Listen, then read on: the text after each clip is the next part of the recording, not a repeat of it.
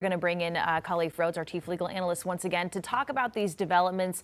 Obviously sad. This is really captivating all of the country because there's just so much mystery surrounding exactly what happened. But these new surveillance videos from her home, they're kind of leading to a break in this case. It's definitely shocking to see that. I mean, this is disturbing. When I looked at that video, I mean, I can only imagine if that was my parents' or mother's house and watching it as it unfolds. And so my heart goes out to the family as they have to go through this moment. But as someone that does this on a regular basis in terms of looking at the end result of a law enforcement investigation, this is exactly what they do on a routine basis, that they'll follow the evidence that's there, both physical, digital, and any other type of witness testimony that they get. And so, yeah, you got information that points that she's in this other location. And okay, we're going to follow that. It is the FBI for a reason, Federal Bureau of Investigation. Find the evidence, investigate the lead, and ultimately and hopefully it leads you to finding where she's at that time, and ultimately to someone that would be convicted later down the road. The person of interest, which has since been released, Carlos Palazuelos, says his home was damaged, that the whole process was terrifying, that it was like being kidnapped.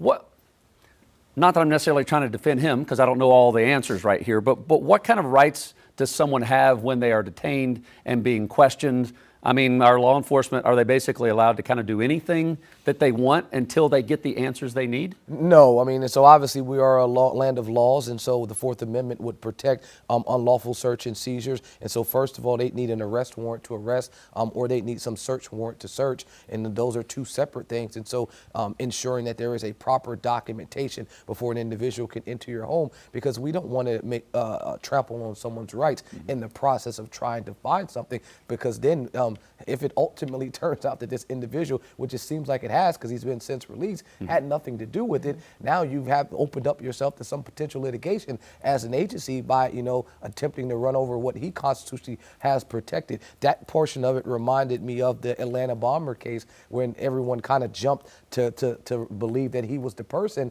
and he was like, hey, I had nothing to do with it. But it melted his entire life because everyone instantly thought, okay, he had to have something to do with that. I'm glad that we've kind of since moved from that and now allow investigations to take their course and not jump to say, okay, he's automatically something to do with just because he's been investigated. Back to that surveillance footage. Previously, we knew that she had that camera, I believe it was a Nest system, but she didn't have an active subscription, which, as we know, if you don't have that, you can't really go back and look at videos, but they were still able to recover something in some way, shape, or form. And this isn't the main focus, but is that a privacy thing or how, I guess, how could they get that? Is the company still keeping all of those videos even if you can't access them? I like that, and that for me as a consumer of those types of products, I would want to know that same thing. Like, are you backing up the things that you're saying I don't have access to because I didn't pay for the subscription?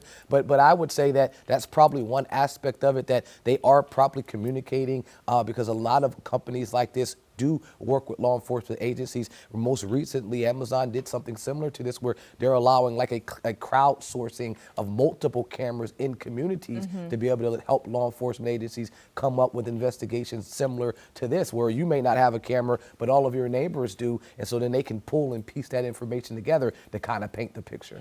Khalif, what charges is this person facing? And let's hope, first of all, that Nancy Guthrie is found safe and is okay. Let's hope with that. God forbid anything worse than that happen. But what charges are on the table for this person when and if they find them? Looking at that video, I mean, obviously you'd have breaking and entering, burglary. Premeditation? Right. If you saw a weapon, I didn't see a weapon, but you talked about blood being on the porch. I mean, so there seemed to be some type of injury. There are, I mean, so it would be a number of charges, kidnapping obviously being the largest one if she's found unharmed right now. That's there. It could be a laundry list. That's for sure on state and federal. I mean, because you have the FBI involved, if they went across state lines, there are so many different charges that could happen right now, just waiting for the evidence to kind of show us what's there. And that's kind of, as an officer, when they give me the discovery, I'm looking. They're not trying to say, okay, what charges can we get them? They're just trying to figure out how to get to a resolution. And then when everything is done,